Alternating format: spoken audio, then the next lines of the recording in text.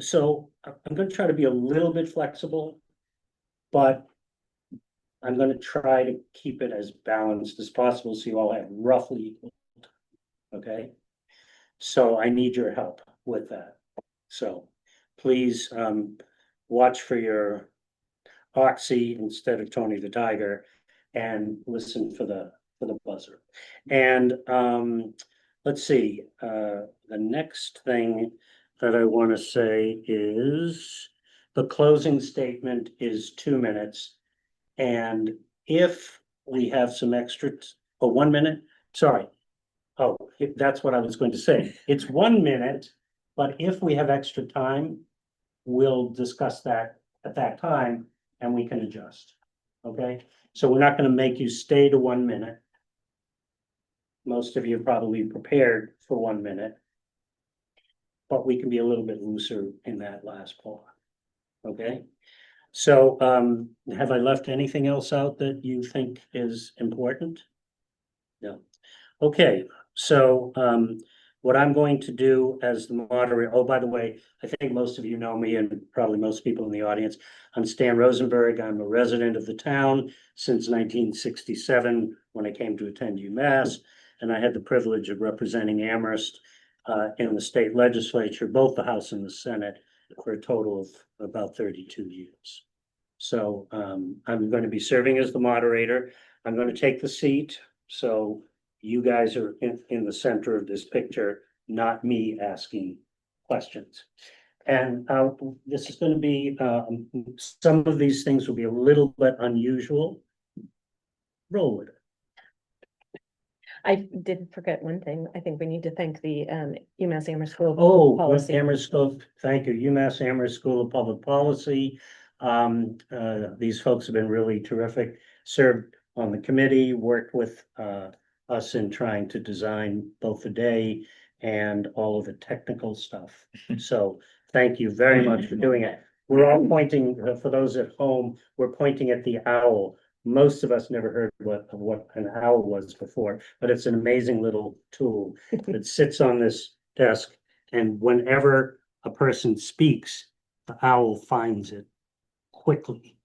Sorry, can I just ask? I've got a couple people texting me that they can't get into the Zoom. So I Ah. don't know if there's anyone in the waiting room. Okay. And also, if everyone can just do pronouns, that would make me feel much more comfortable. Say that again. If people could introduce themselves with pronouns, that would be great. Okay, got it. I'm not seeing anybody in the waiting room, but I'll keep an eye on it. Thank you. Okay, Sorry, yes, can I ask a question Yes. about process? yes.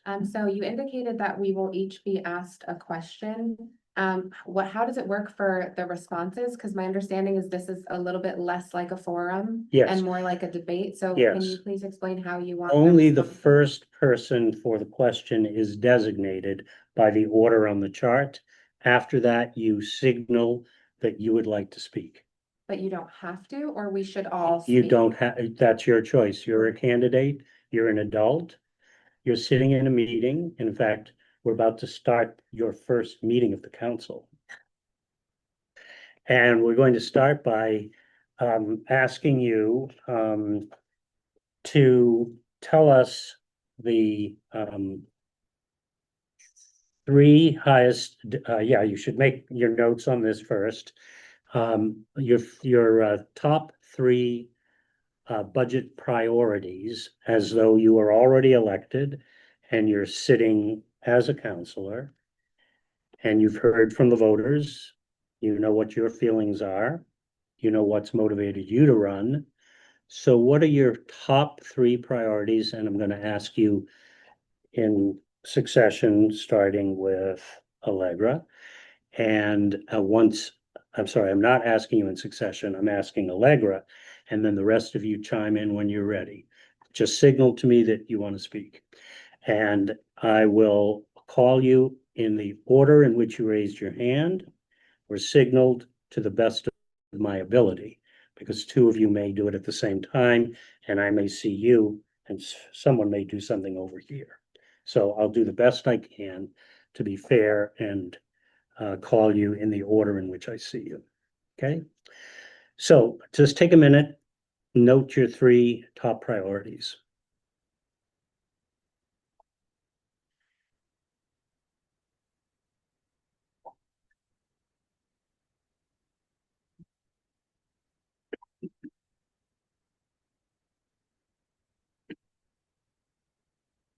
And we're going to record these now, starting with you, Allegra. So my name is Allegra Clark. I use she, her pronouns. And as a parent, my top priority is the schools. I graduated from Amherst High School, and at the time, there were significantly more programs available for students, and seeing the cuts every year has been very devastating for my family particularly, and all the families that I've talked to. So it's a thing that we pride ourselves on. This is sponsored by UMass, one of the institutions that is here for higher education. We have Amherst College, we have Hampshire College, and then we have the consortium of Smith and Mount Holyoke. People come here because they want to contribute to others' education, and also because they want their families to have education. Great. Thank you for articulating clearly your first priority. You'll have more opportunity as we go along in this conversation. So I need somebody else who's ready to say what their first priority is. Do you want is this, Oh, Or no, the- this is, you're supposed to rapid list fire. them all. Yeah, you're supposed to list your top 3 without explicating. Sorry. and then we'll go What's back. number 2 and 3? Sorry. I'm really confused by what's happening right now. Yeah, I am too. Want me to just list things? Just list them. Right Just now, list this is Things. 3 no things. Explanation. correct. And you'll have a chance to talk more. Sorry. Anticipating with the 2 minutes I was allotted. Oh, You'll be you're getting 2 getting- minutes you'll be after. getting- We're going to go, there will be a few questions, just to be clear, there'll be a few questions like Sorry. this where we'll go rapid fire, boom, boom, boom, and then go to whoever is supposed to ask first for the 2 minutes. So. Sorry, that's my fault. That's my fault. Wow. Okay, who wants to go? Oh, you do. Give me the other 2. Thank you. Sorry. Infrastructure, including roads and buildings. And press. Very good. Thank you. Who's next? Who wants to go next? I'll tackle it. Mandy Jo? Mandy Jo Haneke, she, her pronoun. Infrastructure. And then mine are not as specific, maintaining and passing a budget that is sustainable for years to come, so looking long-term. And finding a way to distribute our limited resources, to maintain as many services as possible when we reach these difficult budget times. Thank you. Who's next? Top 3. I'll go. Alicia. Transparency and equity in our budgeting process, so making sure our budget is aligned with our community values. Expanding access to affordable housing opportunities for both renters and homeowners. And advancing racial and social justice through providing resources to residents. Thank you. Who's next? Vince? No, my priorities are both school budgets. Better council structures to provide, oversight and understanding of the town's activities for councils. And working with our legislators, because we're not in this by ourselves. And working with our legislators to fill some of the gaps that have been created by our friends in Washington. Okay, thank you. Andy, I saw your hand next. Andy Churchill, he, him. I would say my top priorities are schools. I spent my career in education. I've served on the school committee. My kids went here. Infrastructure, roads, the DPW and South Fire Station. And then to help both for affordability reasons and to help generate more revenue, housing. That leaves you, Frecka. 3, infrastructure. We need to take care of what we have and build for the future. Schools, we need to find something sustainable for schools and long-term planning of the budget, we shouldn't have a fire station approach to the budget. Okay, very good. So now, want each of you to select one of those three things that you'd like to spend a couple of minutes explicating. So who wants to go first? I think Allegra goes first. Oh, yes. Allegra. So. Yeah, you already spoke about education, and that was very articulate, thank you. But because it was my mistake, you get to do what you want. So I'm gonna talk about.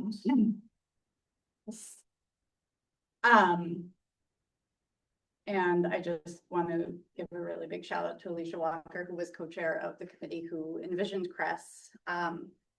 So I work in the courts. I am a forensic social worker, and I see primarily people struggling with mental health and substance use issues coming through the courts. And oftentimes I'm talking with families about alternatives. And sometimes families will come to the court looking for help. And when I kind of explain the processes available to them and that they will involve an armed officer going to the house, people don't want to involve that because many times that worsens whatever crisis the person is going through. So when I heard about the idea of looking into alternatives to policing, especially in nonviolent, non-criminal call types, I was really excited because I think that there are better approaches out there. I mean, there are longstanding programs in Oregon, longstanding programs in Washington, newer programs, but older than CRESS in Denver and in Durham, North Carolina. So there are models out there that frame these programs as an alternative to public safety. I don't believe that CRESS was fully resourced to realize its vision from the beginning.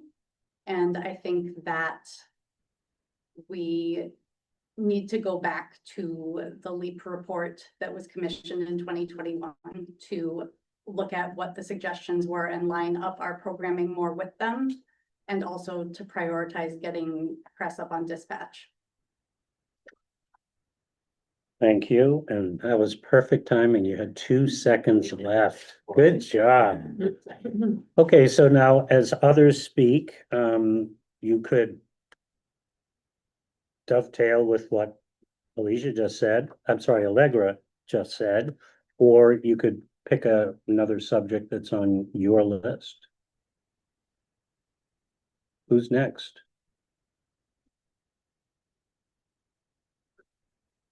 Stunned into silence. Okay, Vince. Okay.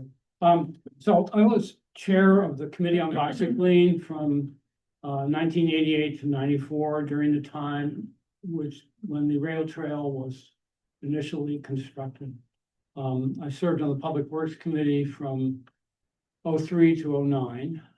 And one of the things that I'm convinced is that we need a structure within the council that both enables counselors to participate more fully in the selection of priorities for paving and sidewalk repair.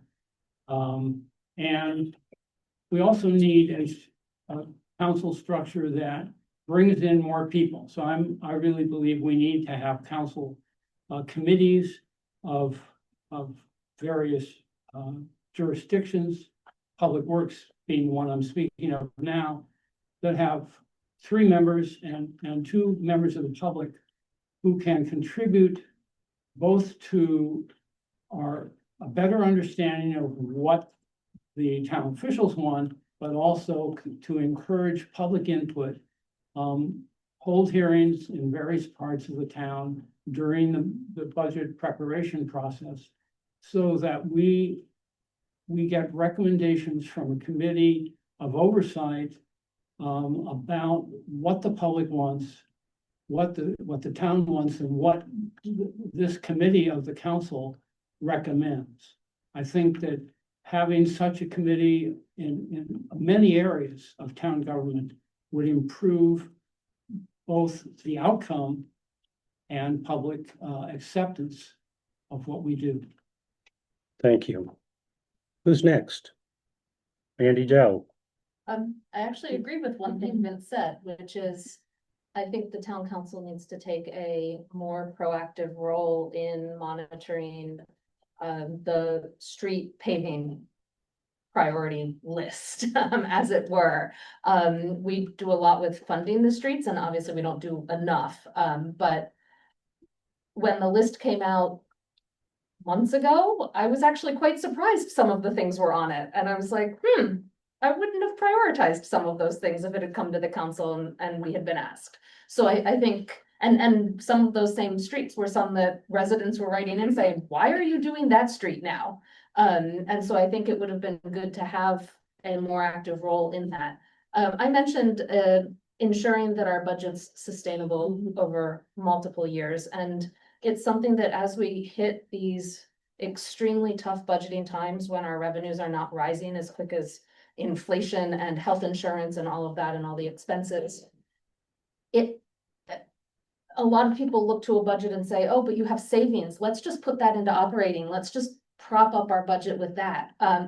But that isn't sustainable over the long term, because what actually happens is what we see in Hadley. Hadley's been doing that for a couple of years, and then it didn't work when reserves got too low for them to keep using some reserves to prop up their operating expenses in their annual budget. And so we need to be careful. There are certainly very hard trade-offs to make in each year, but we cannot say we don't want to make those trade-offs, so let's just use reserves or something else that is not a sustainable part of an ongoing revenue source, because otherwise we just compound the problem and put it off a year or two. And so we have to find a way to do that. Thank you. Andy? Sort of along the lines of sustainable support for our priorities. I mentioned schools and infrastructure, and I think a number of us have talked about infrastructure and housing. And I think those are the things I've heard about a lot as I've talked to people during the campaign. And I've really sort of latched onto housing as an issue, both because I think we have a housing crisis and we have a revenue crisis in town. And so if we're going to fund the schools, if we're going to fund infrastructure, if we're going to fund CRESS, if we're going to fund the things that comport with our values and our quality of life that we expect in Amherst, we're going to need more money. Expenses are rising faster than revenues, and at the same time, it's very hard for low and middle income folks to find housing that they can afford in town. And so I think for both of those reasons, we need to have a focus on housing as a revenue generator and as a way of expanding supply so that costs don't rise so quickly. Is that 2 minutes? No, Oh, okay. Sorry. I really think we need to make housing development of more housing in appropriate areas a revenue generating priority. And we need to ask our finance director, who's coming back, who's worked in both the schools and in the town, the municipal side, to give us a target. What's the revenue target? How far are we falling short? And then what kind of projects would it take to generate that kind of revenue? And then think about areas in town where we could put those. And we can look at different types of housing: student housing, senior housing, family housing, low and workforce housing. So using housing both to lower costs and to generate revenues for the town. Yes. I'd like to talk about long-term planning because that includes a lot of what has been said here. I'm a terrible baker. But one thing I know about baking is if you have the recipe, whatever you're going to bake is going to remain the same size. And the pie for the budget is fixed. We can't increase our appetite and expect that the pie will increase. So what that means is We need to plan long-term and think of how we'll set priorities for what matters to us as a town. That has to do with spending, but also find ways to increase revenue. And that might include, for example, as Andy mentioned, housing. But I think we haven't tapped into the benefits we have of being in a town with such a wide educational base. There's so many schools here, and this could be a hub that we, as the council, providing the town manager with motivation, can work with UMass, Amherst College, and the other institutions on ways to bring in that intellectual revenue that at present we're lacking. Where exactly is a business, a startup that we know that has come out of UMass? How many of them do we know? Where's a place where we could have those kind of support? I don't see that currently. That is another opportunity in which we can raise revenue for the town, bring that intellectual capital, and again, set priorities that will be beneficial, not just today, but going forward, for example, in the next 5 years. Everyone has spoken on that subject. Oh, you have none. Okay, Alicia, sorry. Thank you. No, it's okay. So I think I'm going to go with my first priority, which was transparency and equity in the town budget, making sure our spending is aligned with our values, because I think that sort of is all encompassing of everything that everyone has spoken about so far. And I will say that when I'm out knocking on doors, I'm thinking about, or in any way that I'm engaging with constituents, I'm thinking about like what is most important to them and thinking about how I can represent that on the council, because as counselors, we are committing to bringing resident concerns to the table and to the decision-making table. And so a lot of the things that I hear when I'm knocking on doors are eerily similar. Like we hear about housing, renters are complaining about rent prices, homeowners are complaining about rising taxes. We hear about school funding. We hear about roads. We hear about the fire station and the DPW. Like a lot of folks are talking about the same thing. We're talking about CRES, right? And so I think that we have a lot more alignment than we think in terms of values in this community. And how do we make sure that our budget is actually reflecting those values that we hold? And so that is going to include a bunch of different things. I think Freco was talking a lot about long-term funding, which is long-term planning, which is going to be really important for making sure that we have the sustainable funding that Mandy Jo also mentioned. But I think it's also really important to, again, then circle back to what Vince said in terms of bringing more people in. And I think this is going to be a matter of community engagement and looking at council processes and how we can make sure that more people can engage with the council. And so looking at sort of, again, increased access to language, participation through different languages, different modes of sharing information with the community. Not everyone has access to the internet.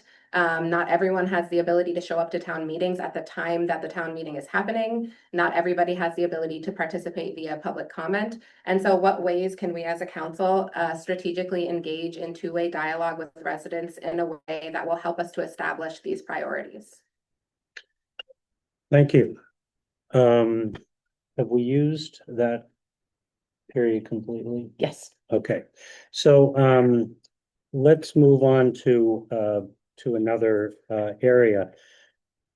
Housing. It's already been mentioned a couple of times by people, so let me frame the question this way.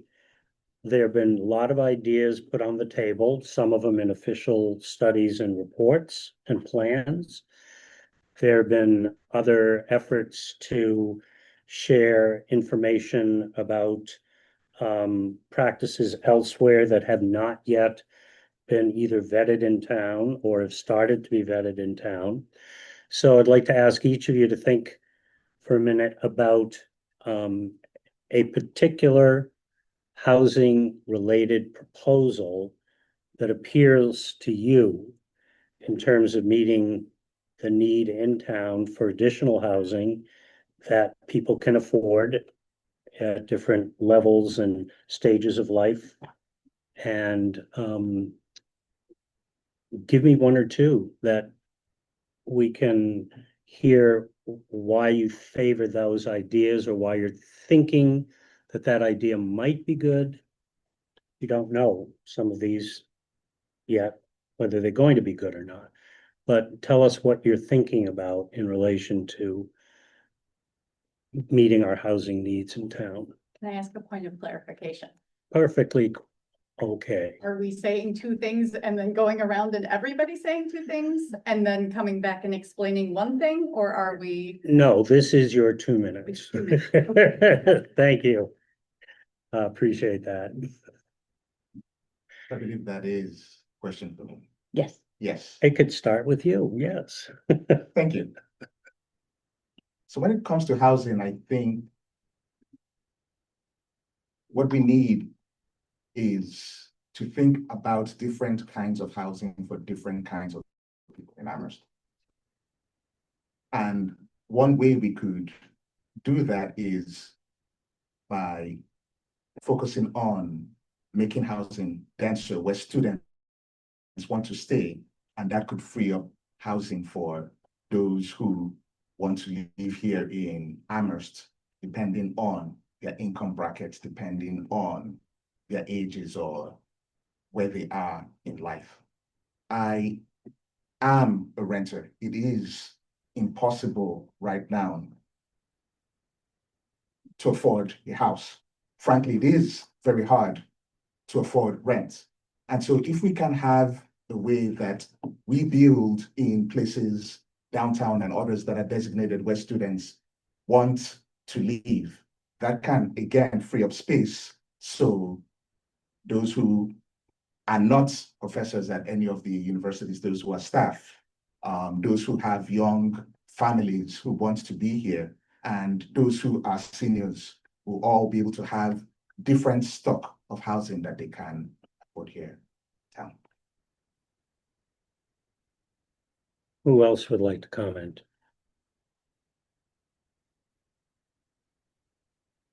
I'll piggyback on him. Mandy Jo? Zoning is what the council can really, how the council can really affect our housing affordability issue.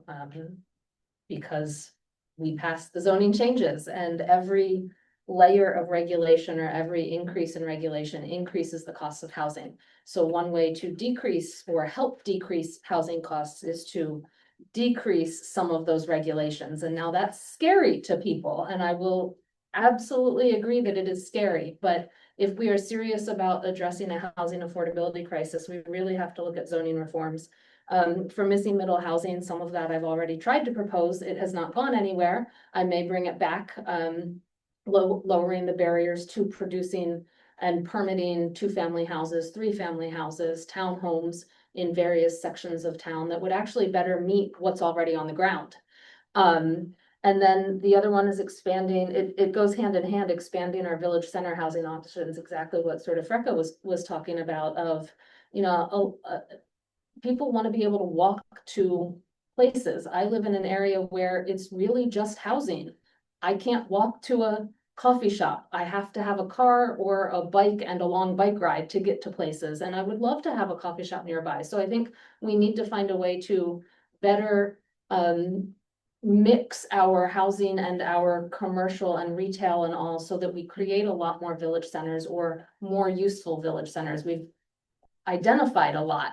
But we need to be able to look at the zoning reform in those areas to be able to build more and appropriate and figure out a way to find a way to build what our residents want and need. And that is the toughest thing to do because of the demand is sort of two-humped camel at this point.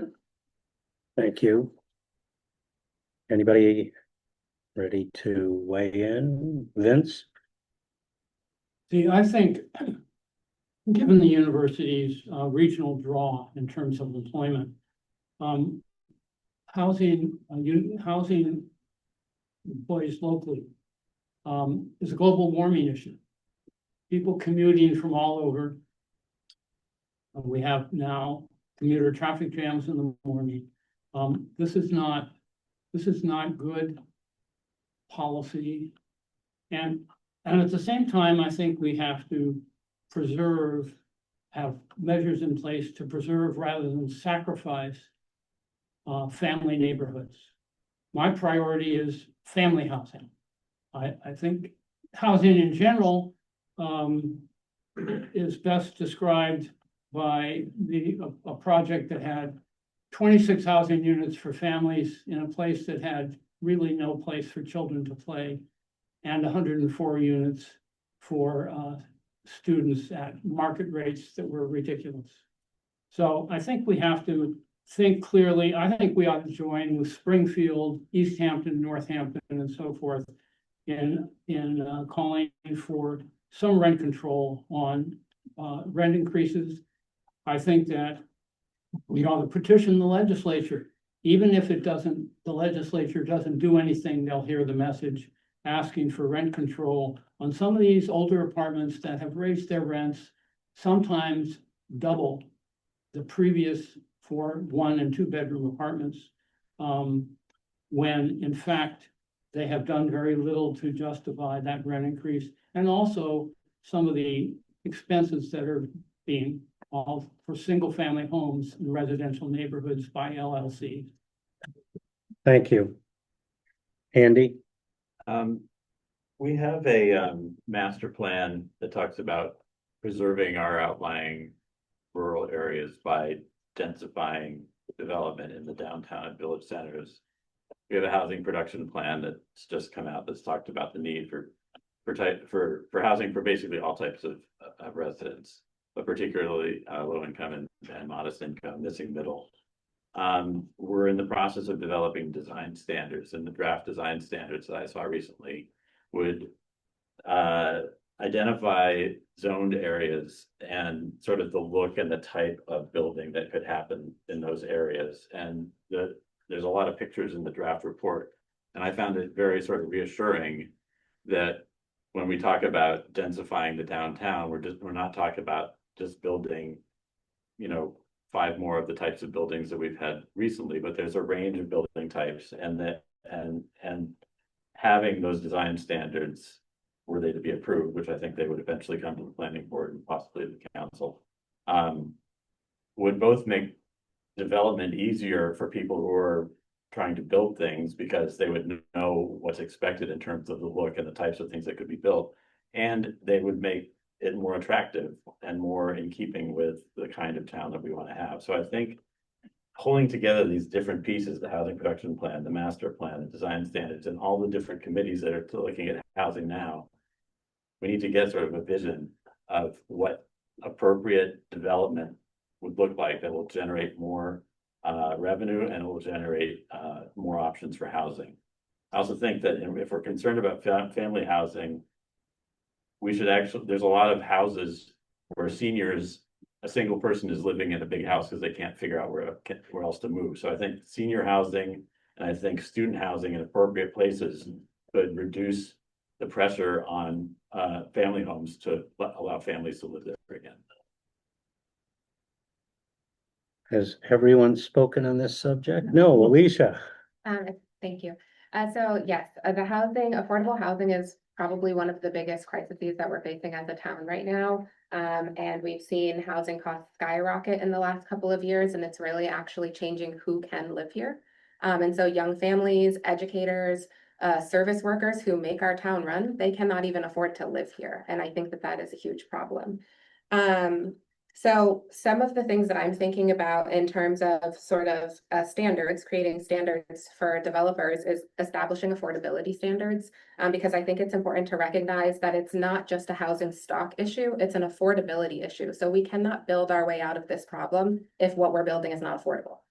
And so I think a lot of the new buildings that we have are not even completely rented out because the apartments are very expensive, or they're rented to students who are a bunch of students renting one apartment that could have been for a family, but is too expensive for a family to afford.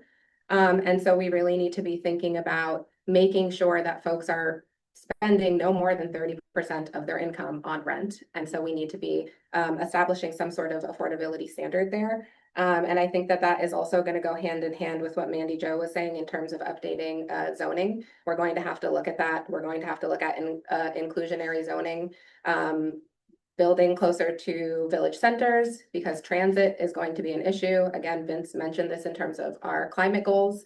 and making sure that we're looking at mixed income, multifamily housing, all different kinds of housing. We really need to diversify our housing stock. But I think we can't even think about our housing issue without thinking about the role that students play in that. The fact that students also can't find housing right now, and they're really driving our housing prices up.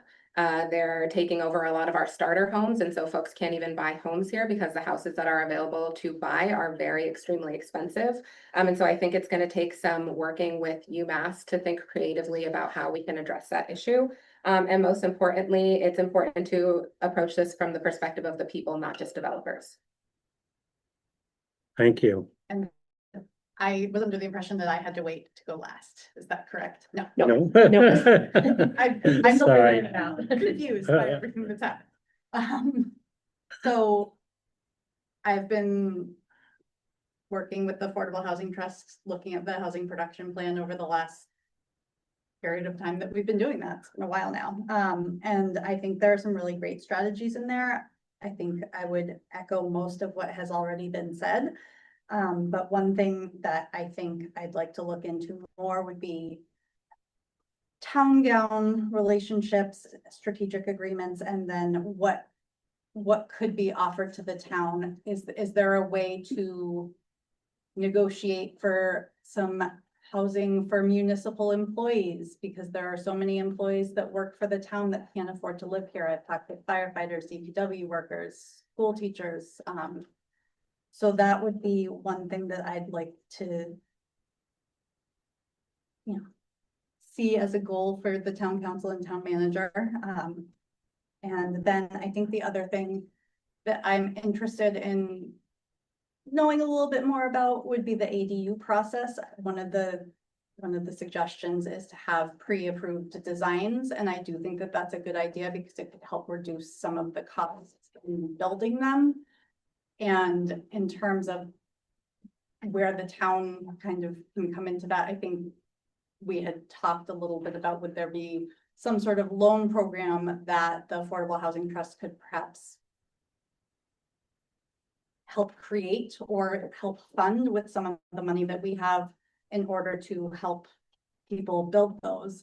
If that is a direction that we go in, I would really be interested in the idea of the local preference that has been floated around the ADUs. I know we can't say resident, you have to be owner occupied, but if we can make a separate category and prioritize funding those, then somebody who has lived here all their life and has a family moving back could have their family take over the main house and build an ADU to age in place. An ADU stands Or for, accessory dwelling unit. thank you. Okay, now everyone has spoken on housing. Good. So in the course of speaking about housing and the subject and the budget subject, housing as a revenue generator came up, and housing in relationship to economic development came up. So I'd like to ask you to focus on economic development for a minute. For those of you who are thinking about housing as a form of economic development and revenue generation for the town, feel free to build on that or bring up a new subject. That's fine, that relates to economic development that you're interested in discussing with your colleagues on the council. So if you could, yes, so and so I should clarify again because I know I got this a little bit mixed up at the beginning. So we're going in this order as who goes first for each new subject, and I'm sorry for confusing it, but so Vince is going to be next, going first on this subject. And so handle economic development any way you choose. Feel free to continue to build on how you see it as revenue for the town, how you see it as housing, and how housing can contribute to revenue. Any way you want to use it. But economic development is the subject. So would you like me to begin? You begin with 2 minutes. So, I'm not a fan of the build your way out of it. We've been doing that for a decade. We've displaced a number of small businesses in downtown and basically created another UMass dormitory area. And I don't think that was part of any master plan or whatever. And I think it's really counterproductive in the long run to have a town with, that where there is enough families to support schools and resources like pediatric offices and so forth. So my view about housing is, one, the university ought to be providing much more of the housing, and we should not be dedicating either the town center or the village centers to housing university students. Second, take a page out of Stan's playbook. I think our legislators need to lean on the university about the new housing structure, the public-private partnership, where I think the private partners are making out and the town is getting nothing. I think that we had that problem with the hotel motel tax, and I think we need to import our legislators to solve that problem with respect to the new building across from Whitmore. I truly believe that what this town needs is to house family. And that is good for the school, good for the community, and that should be our priorities. Thank you. Who would like to go next?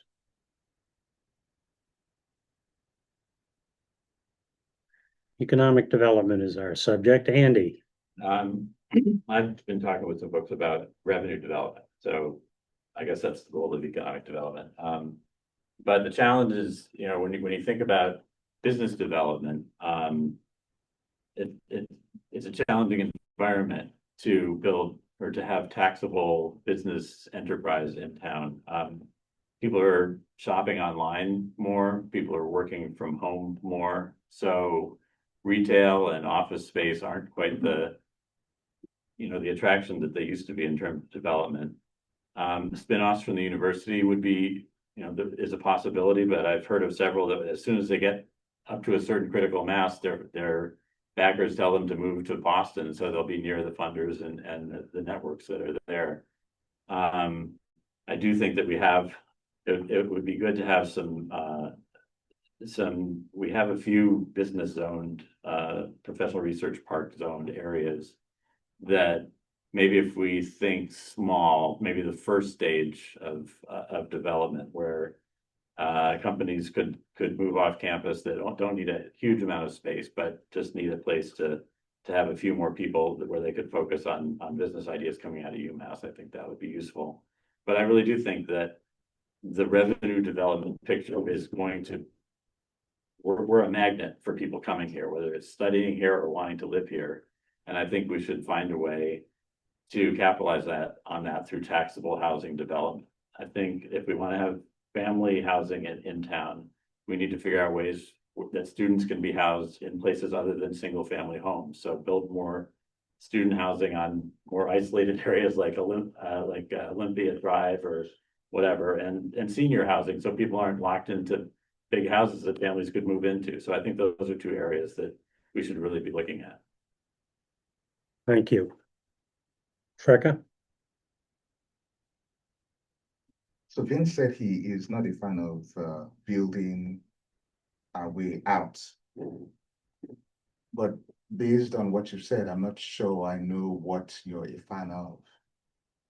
Because you say that the legislature should lean on the universities and UMass and the colleges should do what exactly?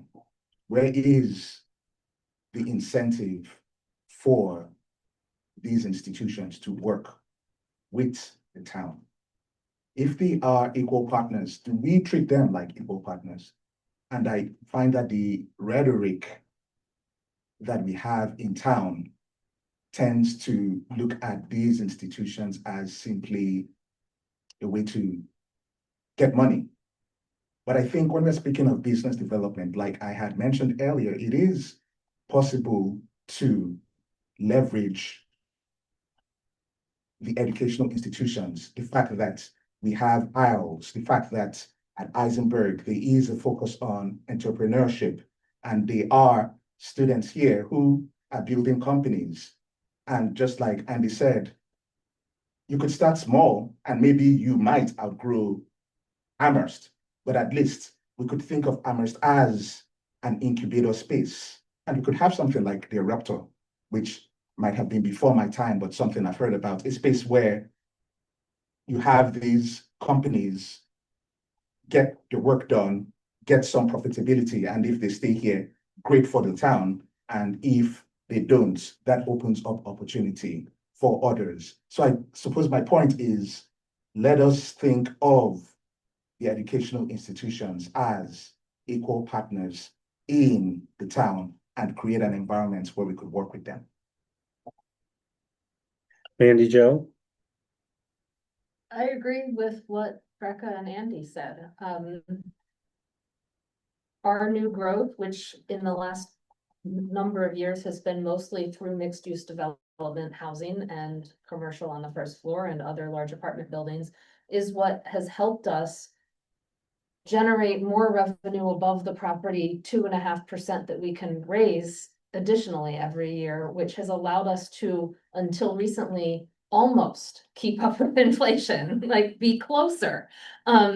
You know, and that new growth doesn't have to be related solely to housing. It does relate to the incubator, the startups, the small R&Ds that might be ready to move out of a university lab, but aren't ready for the big show in Boston or Cambridge yet, because they want to be close to UMass. But we need to look at our zoning, because our zoning doesn't have that, the right zones near where people could build that type of development. Because we just haven't zoned it right. So we really do have to look at the zoning map and where we allow R&D, where we allow startups that are not offices or that are not medical facilities, and try and maybe expand some of those areas so that those startups could actually go in areas that already have water and sewer, which has been one of the things that we've zoned areas for startups that don't have water and sewer. It's a big barrier to commercial development. And then the housing issue, the village center issue, all of it brings in more revenue. If you have more people in an area, they are more and can walk to places, they're more likely to frequent the businesses in those areas, which will help those businesses thrive, which will then generate more economic development, and maybe some more businesses will come in. It's all a cycle that can regenerate itself. And so we have to consider it all, which will help us then with our tax base. Alicia? Thank you. So thinking about economic development, it's extremely important, not only for the town, but for the way in which our residents experience living here. And so while I know that some of our newer buildings have brought a lot of revenue to the town, I just want you all to think about for a minute who that has benefited if we still have an affordable housing crisis. Like, who is living there? Is it affordable housing? So it's generating revenue, but I think we need to be smarter about how we're developing things, because we could have utilized that as an opportunity to also address our affordable housing crisis, and we missed an opportunity there. And so I also think that our development needs to be more aligned with our community needs. It needs to be informed by our community needs assessment, which we have. And so again, also that aligns with other things we could do for economic development, which is supporting local businesses.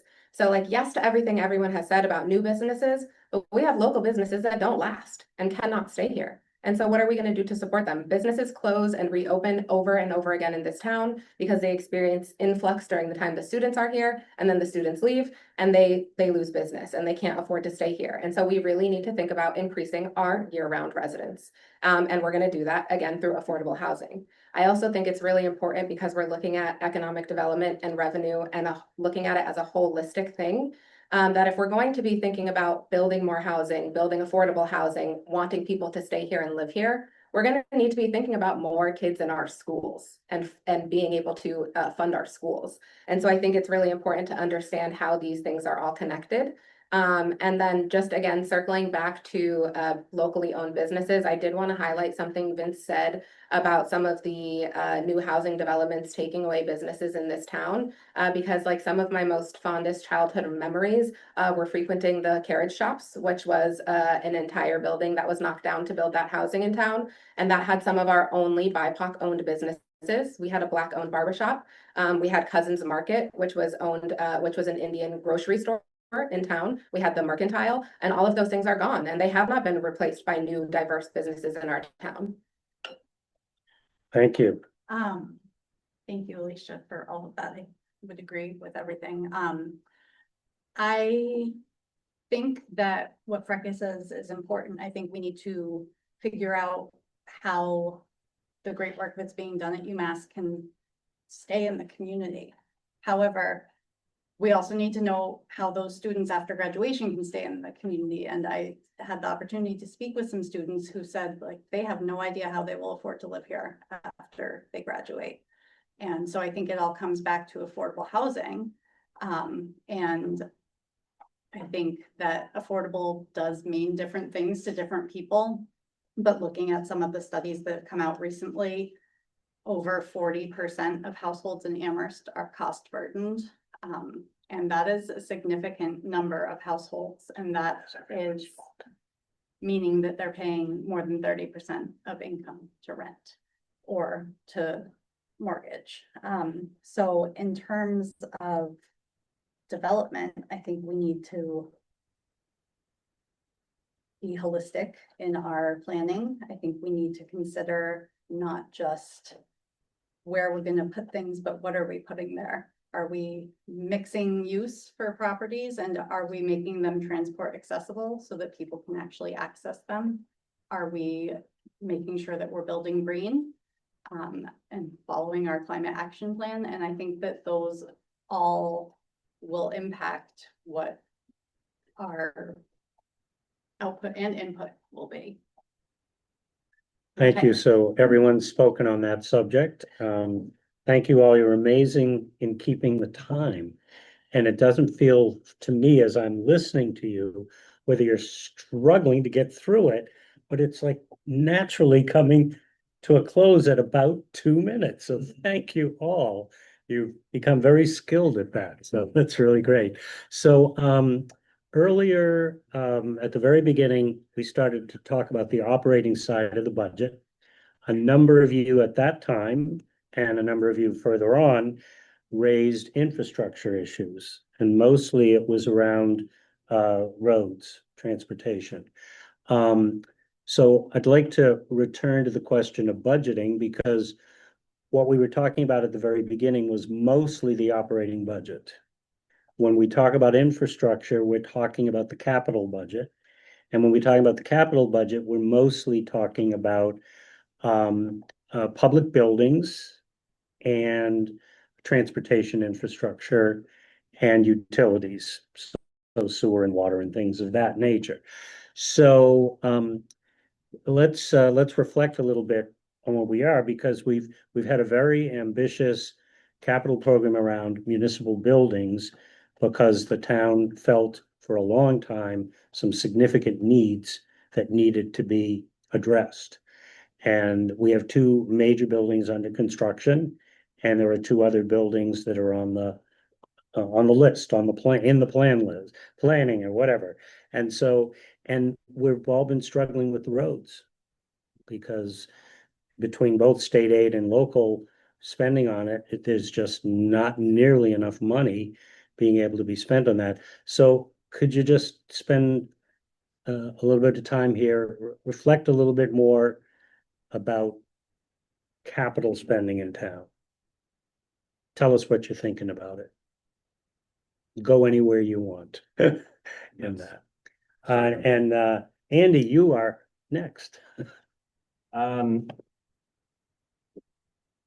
right, so we have the 4 buildings plan of sorts, and we're building a school, we're building a library, we've got a 100-year-old falling apart DPW barn, and we've got a fire station that's been talked about for 40 years for South Amherst. Then we have the roads, which last I saw was about a $42 million backlog of renovation that needs to be done, which is actually sort of the size of a medium-sized building project. So there's a lot of building projects we've got, and I saw a presentation from the town engineer, roads engineer or whatever, where he mapped out, we've got a car that goes around with cameras and looks at the condition of all the roads, calculates how many people use them and so on. And he had a map of roads that were green in good shape, roads that were yellow and sort of medium shape, and roads that were red. And basically, we've been maintaining the major arteries pretty well in terms of green. And then there's a little bit of yellow, and then all the neighborhoods that are not on the main drags are red. So I think people who are living in neighborhoods have a sense that the roads are falling apart, because they are around their houses, because we've focused on the higher traffic areas. I have a friend who's a bicyclist, and he bicycles around the region, and he has confirmed for me that the worst roads in the region are in Amherst. Now that's fairly anecdotal, but that's how it feels as an Amherst resident. So I think we can't afford to just keep saying, well, we're going to do a million here, a million there, and let things continue, and the other 41 million continue to deteriorate. So we need a concrete plan for attacking the roads. I don't have time to say more. Maybe other people can come up with that plan. Okay, who's next? Mandy Jo. Continue Andy's thinking. Yeah, the roads issue. One thing we do in our town budget is dedicate at a minimum 10%. We've taken years to work up to 10% of our property tax revenue to infrastructure, whether that be roads, buildings, payment on debt for infrastructure, vehicle purchases, repairing of buildings. In tight budget times, sometimes people look at that and say, well, let's move that to operating. We have such infrastructure needs that I think one of my priorities is in a sense protecting that infrastructure investment, that 10% investment. Because if we don't protect it, if we reduce it to help fund some operating pressures, we're going to be in worse shape than we are now, and we're not in great shape as it is. The road issue, $5 million a year to improve them slightly. $3 million a year in town money only. That's in addition to what the state Chapter 90 funding is to maintain them at the level and state they are. To give an idea of the scope of that problem, that 5 million is more than basically what we spend in cash on all infrastructure, excluding debt payments in a year. So we have to find money somewhere if we want to improve our roads, and it's not going to be an easy situation. There are options. Yearly capital overrides, where you say we're going to raise similar to a debt exclusion, but for cash payment of capital and for a specific capital program for 1 year only. Whether that's the way to go, I don't know, but I think it needs to be a part of the conversation. Considering decreasing the rate of our investment in vehicles. Vehicles has been a large part of our capital program for a while, and I think with the improvement in how long vehicles are in good shape, I'm not sure our purchase system has kept up with the extended life of current vehicles. And so I think that's another thing that we could be looking at to potentially find money for roads. Thank you. Who would like to go next? I can just say a few things. So I know Amherst recently renewed its status as a housing choice destination community, and there are some perks to that in terms of infrastructure funding that could be available. So I think we have to think creatively. I don't think that that would solve our $42 million problem, but I think that we have to be more creative about where we're getting money from. And I think, I follow the town of Northampton, and it seems they're always getting grants for things. So I wonder if we can be more active in pursuing grants for some of the road repairs.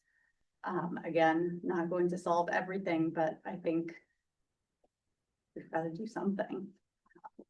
And I like the idea of decreasing the rate of vehicle replacement. I think that's really important. And I do appreciate the desire to turn vehicles into electric vehicles.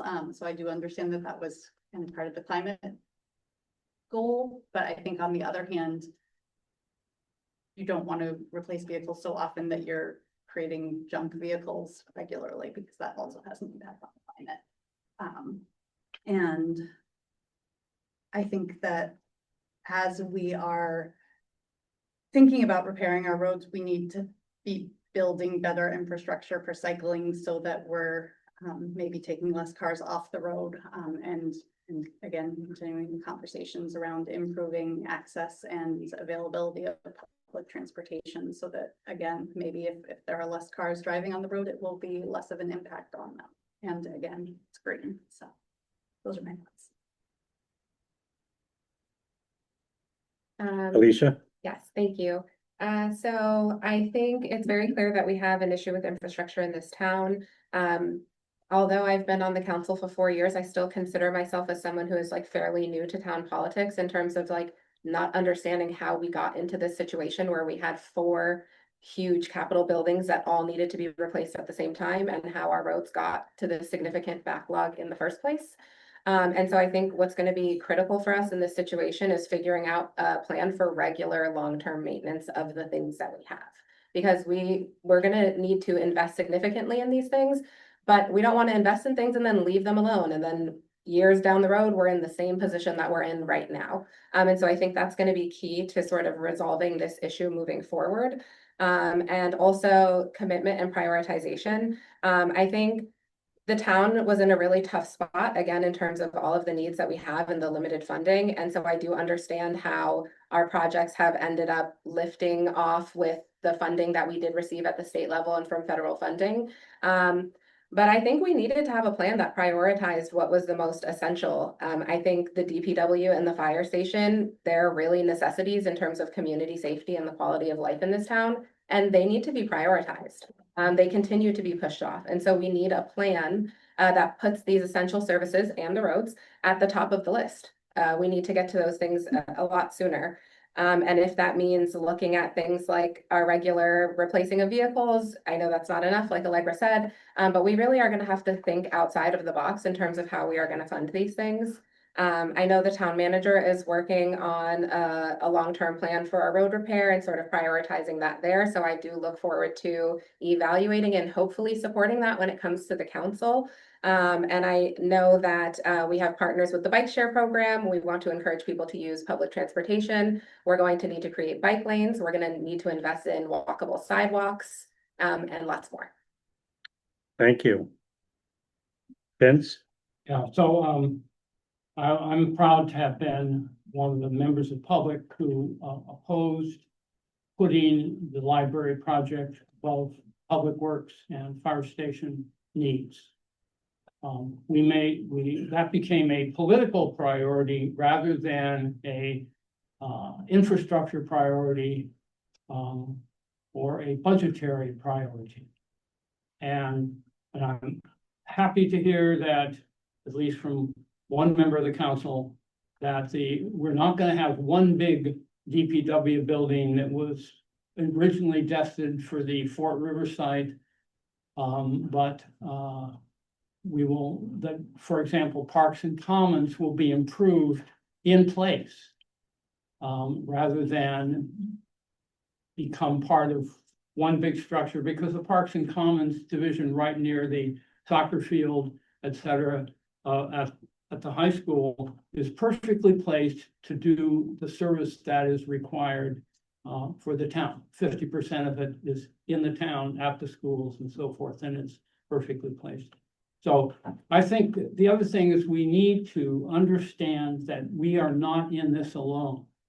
Just as our school funding percentage has dropped for what the state has been funding education, we need to demand of our legislators, and they're doing a good job, rural road repair, creating a category of impact, an impact fund for state facilities like the university that are creating infrastructure problems for the communities in which they're located, and allocating state money to compensate towns like Amherst for that impact. Thank you.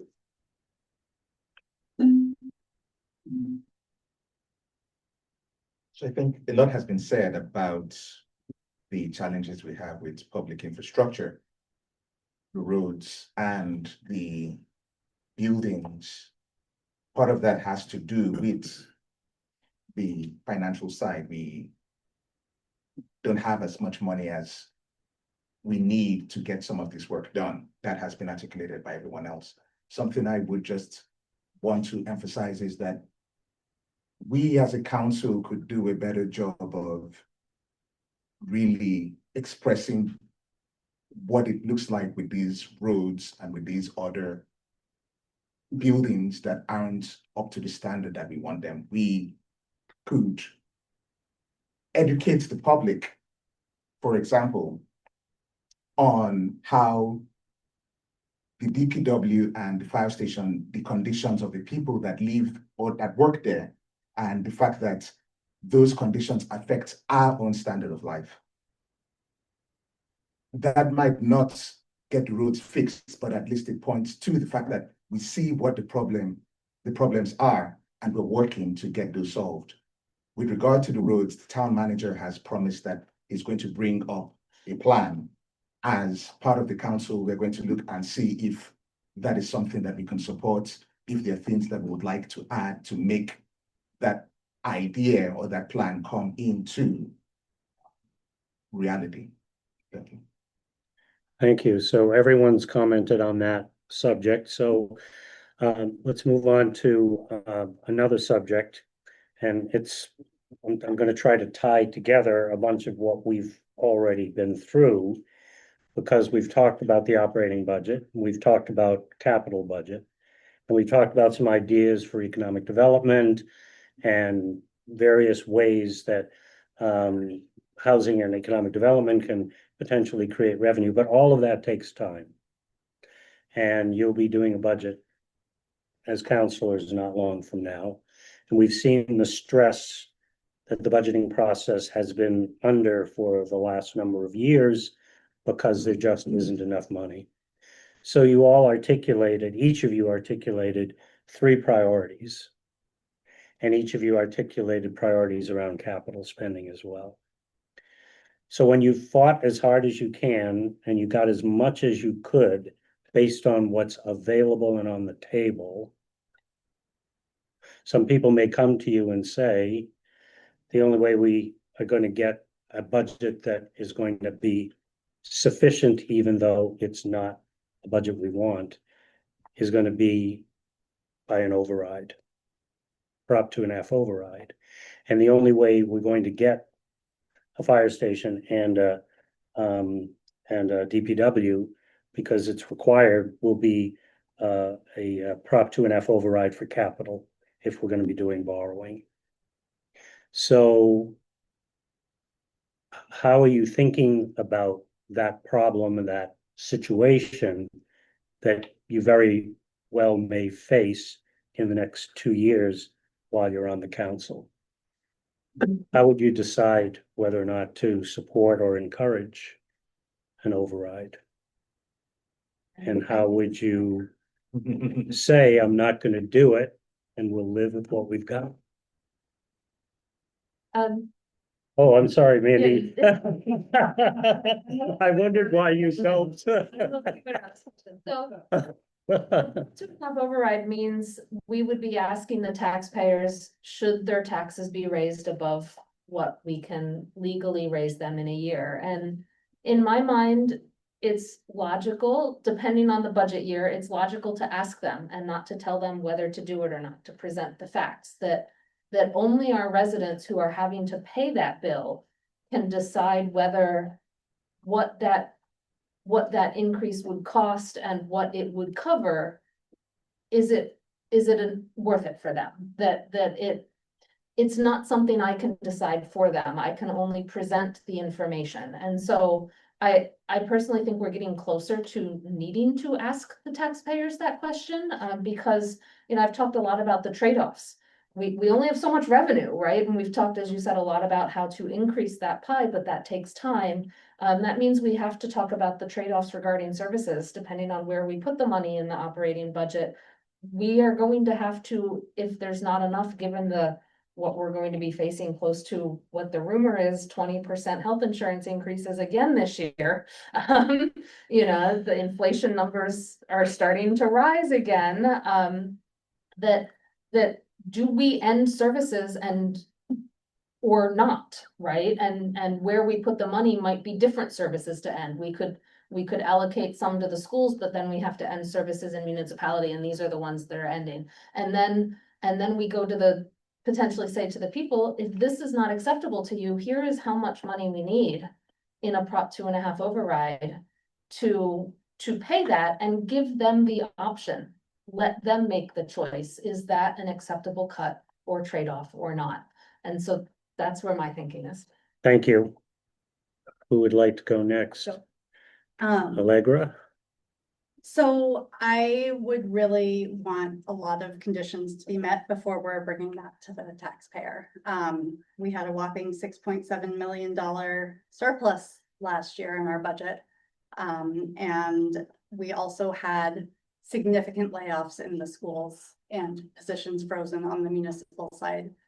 So I would like to see some accurate forecasting of anticipated revenue and expenses that maybe lessens the surplus a little bit so that there is more money that's ongoing for us.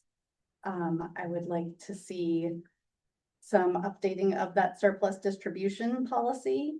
I think that the budget book that the town manager puts out is very nice. It gives a nice picture of what's going on in the departments, but I would actually like to see more information and line items of all the departments that we are funding, rather than just asking all of that from the schools and not as much from our municipal departments.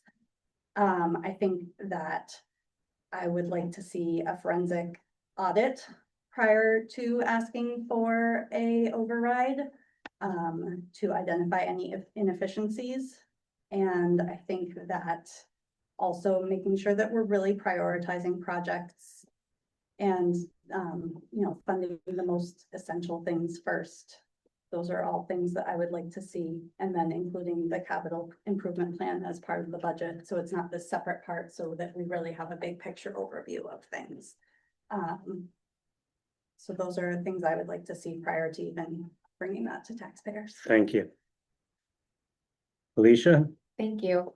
So I do want to highlight something that Allegra said, because I agree with everything that she just said, but you know, as a town, or our town manager really, who prepares the budget for us, we practice conservative budgeting. And I think, you know, it can be a good thing because we are being careful about how we're spending our money. But I also, again, want to ask you to think about, who does that serve when we are ending our budget cycle every time with a surplus that couldn't be used in our regular operating budget, and we have all of these departments that are underfunded and understaffed. And so bringing it back to the question of the 2.5 override, and whether or not I would support it or bring it to the voters, I would say that at this exact moment in time, I would not support that myself. But I also will recognize that it would not be my choice, whether or not that would happen. It would be bringing it to the voters, right? And so my issue with it is going to be ballot language. And so we saw this when we brought the increase in taxes for the school to the voters. The ballot language is not just plain average language. It's very complicated. It's not very clear what you're voting for. And so if you're not an engaged and educated voter or paying attention to politics on a regular basis, you might not even understand what the ballot is asking you to do. And so I have a huge issue with that. And I think that there would need to be a huge effort or campaign around community education before we would ever think about approaching something like this. And my other issue is just who votes on these things. Like we saw the school override pass, which was a good thing, but it was a very small percentage of our registered voters who turned out to vote. And so what's happening is people aren't actually having a choice in this. There are people who are not voting and they are just having to face the consequences of these actions. And again, the number one thing that I have heard on doors from my constituents at this time is that they cannot afford another increase in their taxes or their housing prices. Thank you. I saw Andy first, Freka, and then Vince. We are just now starting to feel the impacts of the override that we passed for the school. And so people's taxes are going up for that. And I'm glad they are, because we need it to school. But I think it makes it tougher to contemplate another override on the heels of that. And I think we have a little bit of we have a responsibility as a council to not just toss it in the laps of the voters.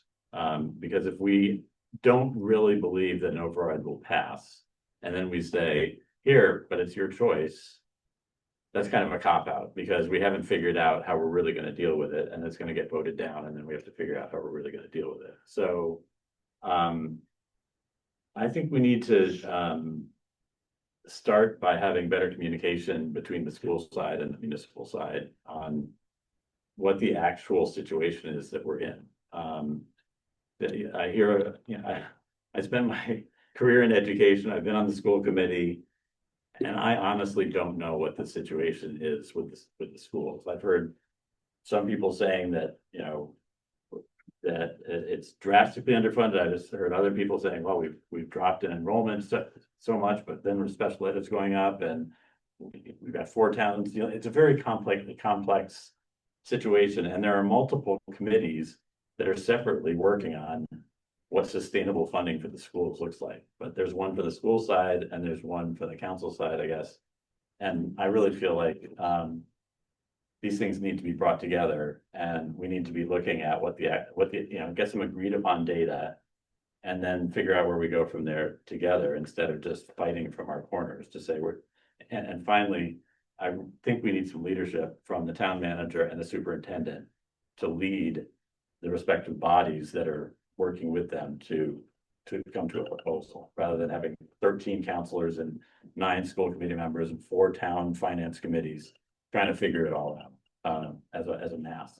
Thank you. Freka was next, and then Vince. Is that okay? Mhm. That was the order in which I saw hands, so. So an override isn't something that we should toss around lightly.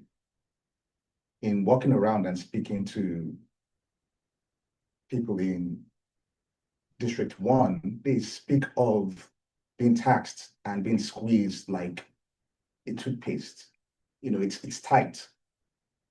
And so to add on top of that, a discussion that it could actually go higher, that is terrifying to people in District 1, and it's monstrous to me. I do recognize that it's a solution that we should be considering, but it's one that we should take seriously only when there is a plan for what the override would actually do. Without a plan, then would be dealing in very abstract and wishful thinking on just raising money and not knowing what to do with that fund. I think one of the roles of a counselor is educating the public. It's hard enough on the council to know what is going on in town government. It is mystifying for the public what goes on. And so whoever ends up on the council should do a job of explaining where the money comes from and where it goes to. And I think an expression used with regard to the surplus was accurate forecasting. I don't know if, when we're speaking about what ended up as free cash, if we could describe it as a lack of accurate forecasting. The town manager, the town councillors, the schools, we could all do a better job of explaining to the public where the money comes from and where it's going to. Thank you. Thank you, Vince. Yeah, so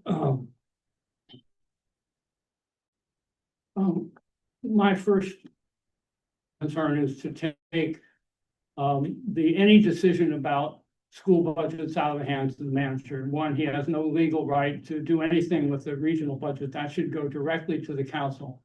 And I think that if I were on the council, I would vote to direct the manager to place in his budget the amount of money for the elementary schools voted by the school committee.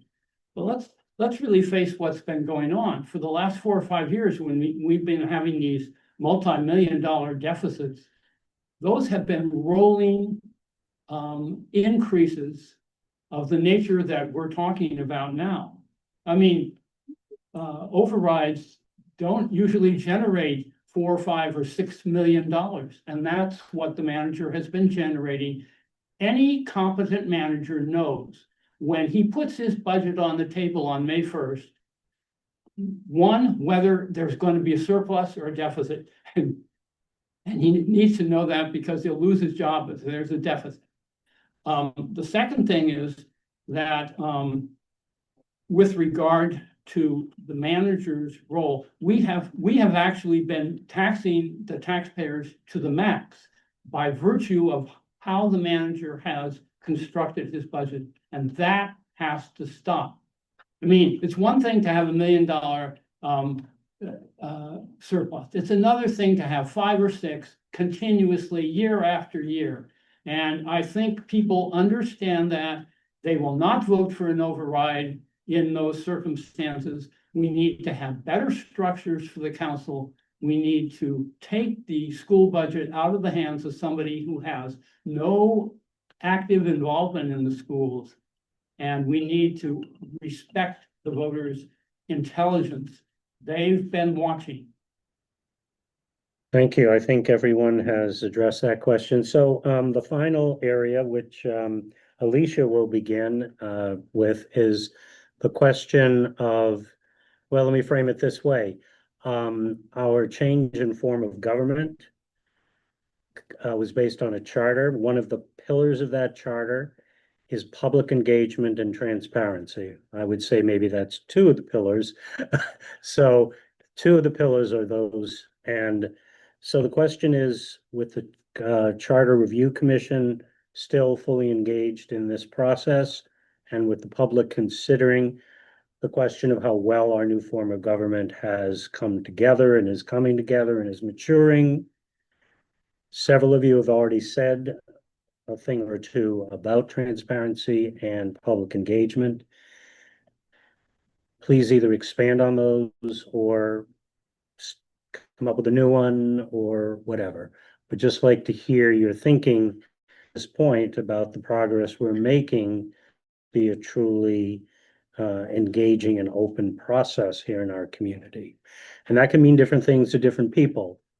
But the point is, how do you look at how we're doing on transparency and public engagement? And it starts with you, Alicia. Yes, thank you. So to be completely honest and candid, I was not involved in local politics when we had town meeting. And so I can't really speak to what that looked like. But I can say that I have heard from a lot of residents that they don't feel like the council has represented them well. And so I think that may have stemmed from the fact that in town meeting, you had a lot of folks who could attend. And so therefore more diversity in terms of like diversity of thought, diversity of just folks who can attend, where they live, what's going on, and what issues they're bringing to the table. And so I think, transparency and public engagement is one of the reasons why I decided to run for council in the first place. I was looking at the council the first time that I ran, and I didn't feel like anyone who was sitting on the council represented me and my experiences living in this town. I didn't see a single person of color. I didn't see a single young person. And as someone who's lived in this town my whole entire life, I felt like I deserved representation on the council. And so that's why I'm here. I'm hoping that I can serve as representation for folks who feel like they haven't been represented. And I'm willing to listen to everyone. And that's why I'm running at large. When it comes to public engagement, there are a number of things that the council can do better, and I hope that some of these things are looked at in the charter review process and will come through as recommendations so that we can change them. Because I do also recognize that this is a learning process for our town.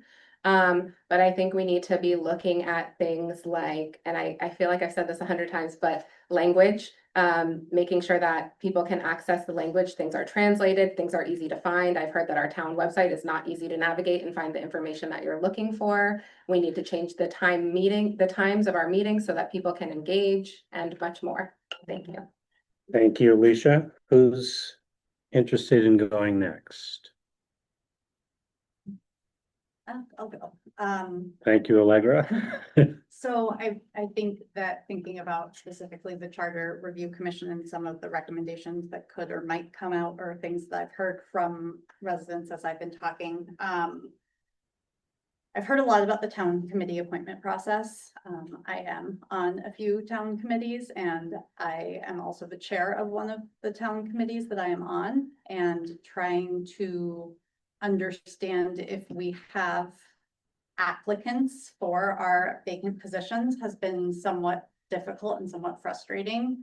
And I think that it would be really helpful to know who's applying for committees and who's getting chosen and how those decisions are being made in a process similar to Northampton's, which is more open and transparent. And I think that, again, giving the resident the option to opt in or opt out of that list is important, but I think it would be helpful to know, oh, there are no applicants for this committee, and therefore we need to do a better job recruiting things.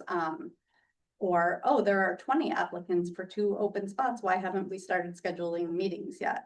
Those are important things to me. And then one thing that I was looking at in the charter that I think could be helpful is it says, you know, each district counselor has to have district meetings per year. It doesn't specify anything about at-large counselors. So I think having some requirement that at-large counselors attend at least 1 meeting in each district per year, so that they're getting out there, meeting more of the residents in town, and having that as a requirement, since there is no requirement for at-large meetings, I think would be an important way to increase their engagement with the community.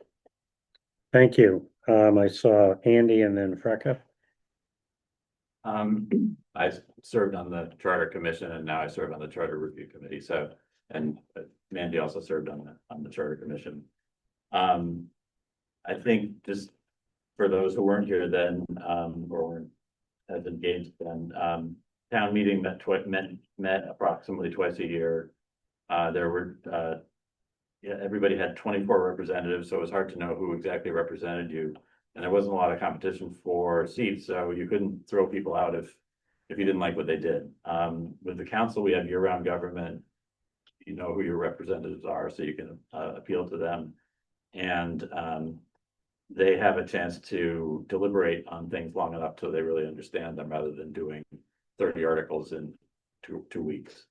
In terms of, so the goal was to have actually representatives who could be responsive and could be held accountable. And I think in terms of us being held accountable, I think there are a variety of ways that people can have input to the council. And I don't think people necessarily know about it, all of them, or feel like that's an easy thing to do. So there are a certain group of people who are very comfortable making public comment in meetings, but that's not the only way that you can get input. And it's a frustrating way of getting input, because if there's an agenda for a meeting and then you come in with something you want to talk to the council about, they can't divert from the agenda, because that wouldn't have been posted. So that's open meeting law problem. So people get frustrated because they see that as a way to reach out to the council, but there's a conflict there. So I think we really need more of a general outreach protocol that really specifies the variety of ways that you can do public comment. You can talk to your counselor. You can petition the council to host a discussion. You can get a bunch of people to require the council to address something. You can have a voter veto. There are a variety of ways of addressing things, and I think we need to think, more about how those all work together. Thank you. Frecka, I think I recognized you next. So just permit me to pander a little. One of the ways that we could have public engagement is with the Amherst Current and with the Indie. These are platforms and avenues to, again, educate the public. We haven't really availed ourselves of those opportunities. We could do a better job. I definitely could do a better job in that regard. The website is unwieldy. It's a maze. And if you don't have the secret code, you're never going to find what you want on the website. So we need. You mean there is a secret code? So we need a designer, something that just gets the information out there. It should be intuitive in a way. I was speaking with someone, and the person mentioned that the town manager has this regular meeting called Copper Joe, but it's at 9 a.m. That's challenging for those who have to work. And so that's something that we could also think about. In my case, for example, I came here straight from work. If that's what happens, then what are the opportunities to be able to, again, educate the public? We need to think about that. One of the councillors, previous councillors, had some kind of legislative protocol that was put on the back burner in one of our committees. And I think we could bring that up again, because in that protocol, she outlines ways in which we could percolate information through the public, and so that it could get back to the council. But yes, we definitely need more public engagement. Thank you. Oh, I'm sorry. I thought he was raising his hand to speak. Sorry. Who's next? Oh, okay. Andy, thank you. I agree with a lot of what's been said in a sense, particularly with the website. I might even quote half the secret code and I still can't find half the stuff on it. But you know, I think the Cup of Joe time, I've encouraged the manager to change it and do some Saturday morning or afternoon ones at the sports fields while sports events for families are going on. After school at the schools as families are hanging out. You know, go where the people are and all. One thing I've done on the council when I chaired CRC and we were working on the rental registration program and rewriting that program and rewriting the nuisance bylaw and looking into that was we reached out to UMass. We reached out and used the list, two things, the current landlord registration list that the town had to let them know this is what we're doing. We're holding public forums. You can respond here, you can write to us, you can do that. Here's a copy of what we're looking at. But we also reached out to UMass, the SGA, the Student Government Association, the off-campus housing office and all, and said, hey, can you guys send out this same email? Because we know the majority of our renters in town, and it's not all our renters, but the majority of them are students. And that was a direct way to try and get to the people that would be directly affected, the landlord side, but also the tenant side. We also asked all the landlords to forward that information to their tenants. We obviously didn't have control, but finding those ways of direct engagement or direct information passage to the people that are going to be directly affected when those are there is something we need to do. I do want to correct one thing Alicia said. Our first council did have a person of color on it and a renter on it. It might not have been obvious, but it did. So, Councillor Ballmill and Evan Ross was a renter. Vince. Okay, so most of what could be one of the reasons I'm running is because I think that this council needs to have an opportunity to be successful, because I think it's considered a failure among most of the people that I talk with. So because it doesn't involve people, it costs money to involve. I mean, the idea of having better competition, absolutely not. that has not happened. And you have one person extra in each district. That's not competition, especially given the cost of running, which was 0 for town meeting members. I think most of what could be done to improve the council is in its rules and regulations that were, and their committee structure that was adopted from our friends across the river and unwisely.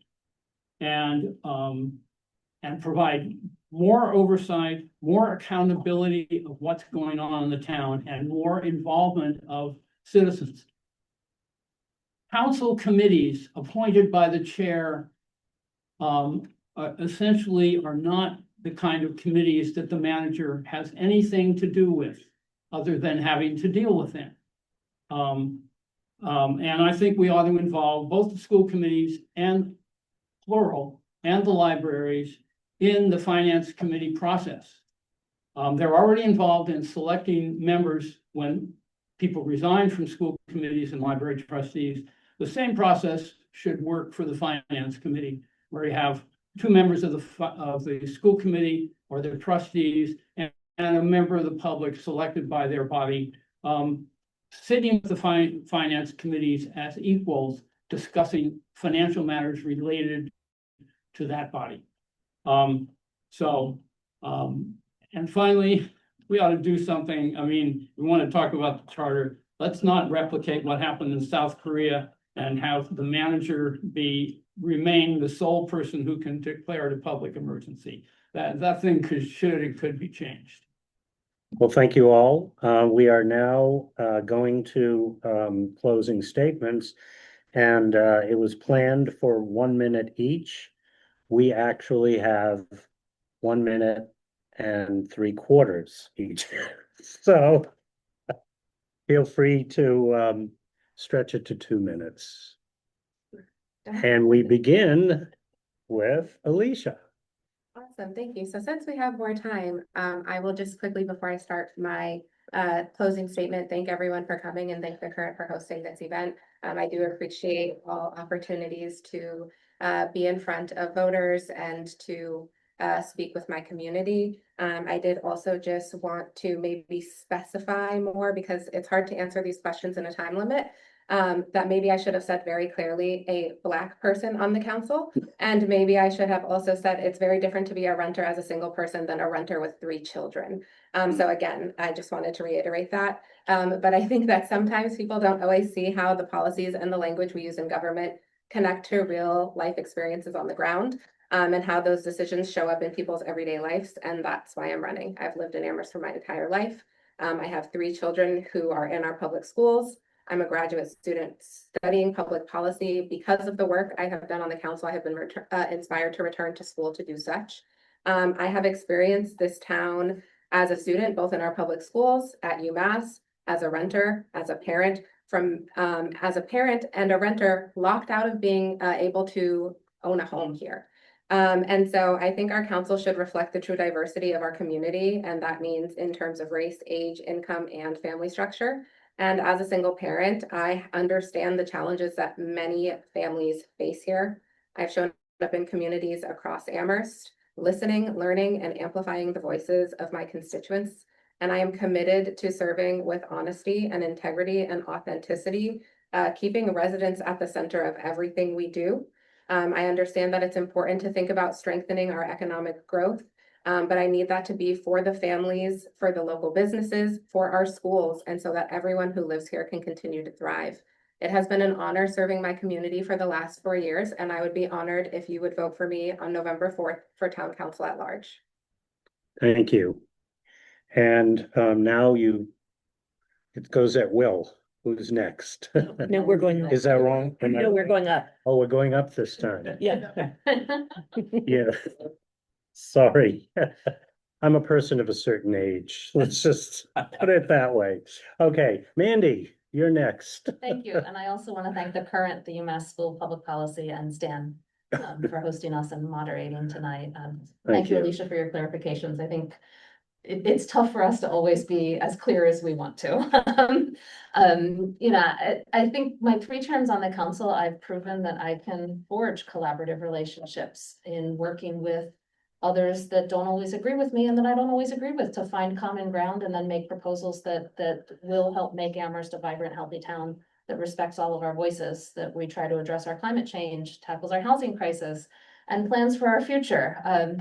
In that vein, I've sponsored much legislation that in an attempt to increase the diversity of our housing in town, in an attempt to generate more funding for affordable and attainable housing, in an attempt to reduce our energy usage, in an attempt to ensure access to healthcare, and in an attempt to keep our kids safe when entering and exiting school buses. Not all of it's been successful, but I'm out there proposing things when I see a need.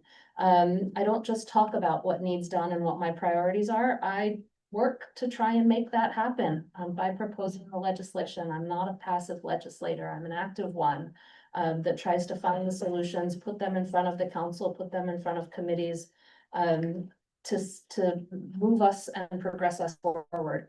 If I happen to be reelected, I would continue doing that and being an active legislator to address our housing crisis, improve our infrastructure, address the fact that our revenues are not increasing at the pace that inflation is, or the needs of our residents.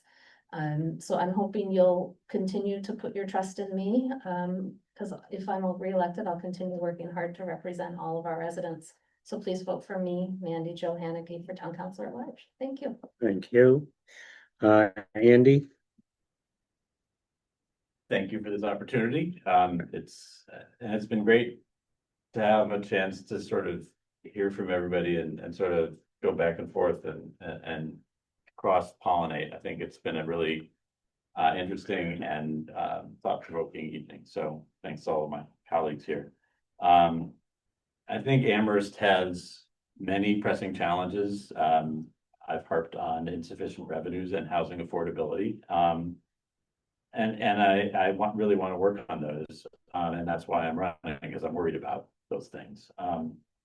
But I think the greatest barrier to addressing them is that we get too divided as a community on them, and we sort of retreat into our various corners, and we you know, feel threatened by trying to reach out and solve things together. So but when I hear us talking tonight, I hear some broadly shared priorities, whether it's housing affordability or excellent schools or solid infrastructure, community safety, climate action.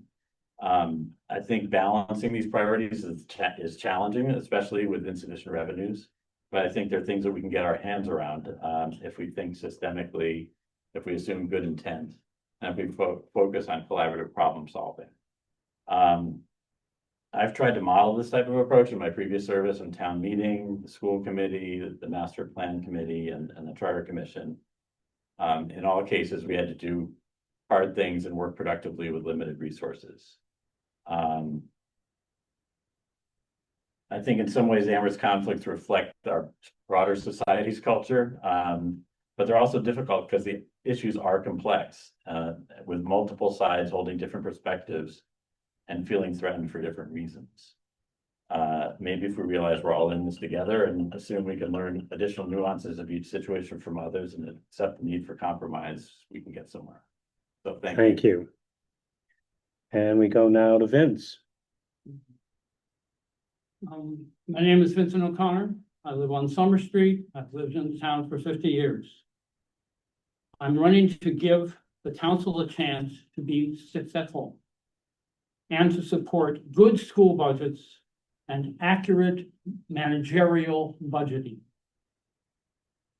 I'm running to be one of 2 District 1 councilors because of my efforts with others to better North Amherst, my experience serving on elected and appointed government bodies, my current and recent work with children who attended Amherst Public Schools and their families, my ongoing services personally welcoming and assisting immigrant families, immigrant workers and their families, all qualify me to serve the residents of District 1 responsibly and effectively on the council.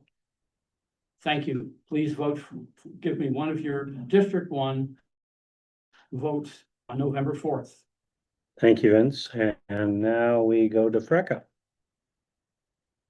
So thank you to Amherst Current, the School of Public Policy, and also to those viewers who are going to watch this as some kind of time capsule. I'm the current councillor for District 1, and I would like you to vote for me again. Part of the reason I want you to vote for me is a lot of people can be qualified to be on the council, but what we want are people who can work together. The council is literally a council, and so it requires more than one person and their priorities. It requires people working together. I am determined to work together with other councillors for issues related to District 1 and also for the town as a whole. I'm a quiet person and I count my words.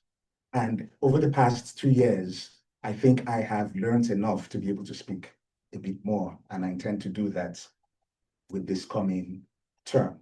So vote for me on November 4th. Thank you. Thank you. And oh, you started us off and you get the last words. Allegra. So my name is Charlotte Allegra Rice Clark on the ballot. And I am running for an at-large position. I went to high school here. I graduated from Amherst Regional High School. I have 2 kids right now at Wildwood. So public schools are really important to me. By trade, I am a social worker. I graduated from Simmons with a degree in social work and a certificate in urban leadership. I currently serve on the Affordable Housing Trust, and I am the co-chair of the Community Safety and Social Justice Committee. And I've engaged in numerous grassroots community organizing groups, specifically around schools, around racial equity, and around the police department. So I love being in community with people. It really, I feel like I thrive when I'm talking to others. I do it all day at work. And it's been really great being out in the community, hearing so many people with common concerns around where our town is and what they'd like to see.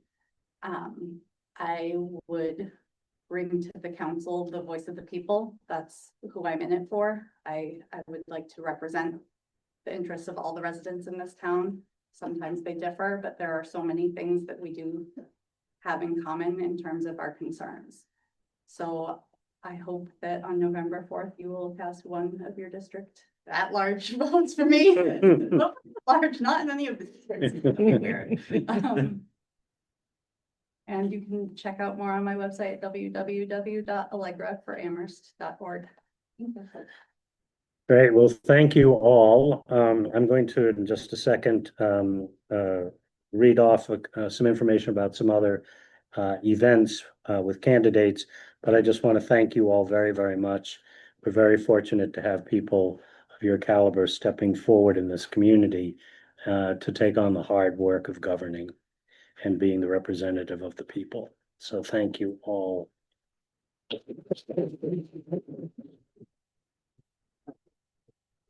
Okay, so I may need to get some cues from the side here because our next debate, and that's the debate for the Current, sponsored by the Current, is Monday evening at 7:30 p.m.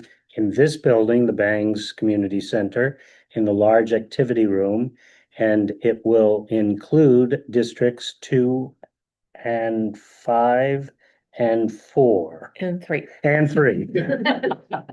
As I said, I would need some whispers in my ear. So districts 2 through 5 would be the correct way of saying that. And okay, now the second thing to announce is a District 1 forum this Sunday at 3 to 5 p.m. in the North Amherst Library Community Room.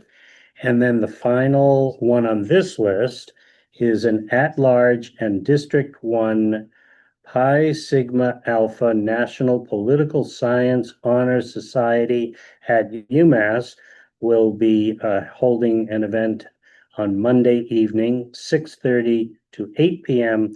at the Great Hall at the Commonwealth Honors College at UMass. Boy, that sounds pretty cool. The Great Hall.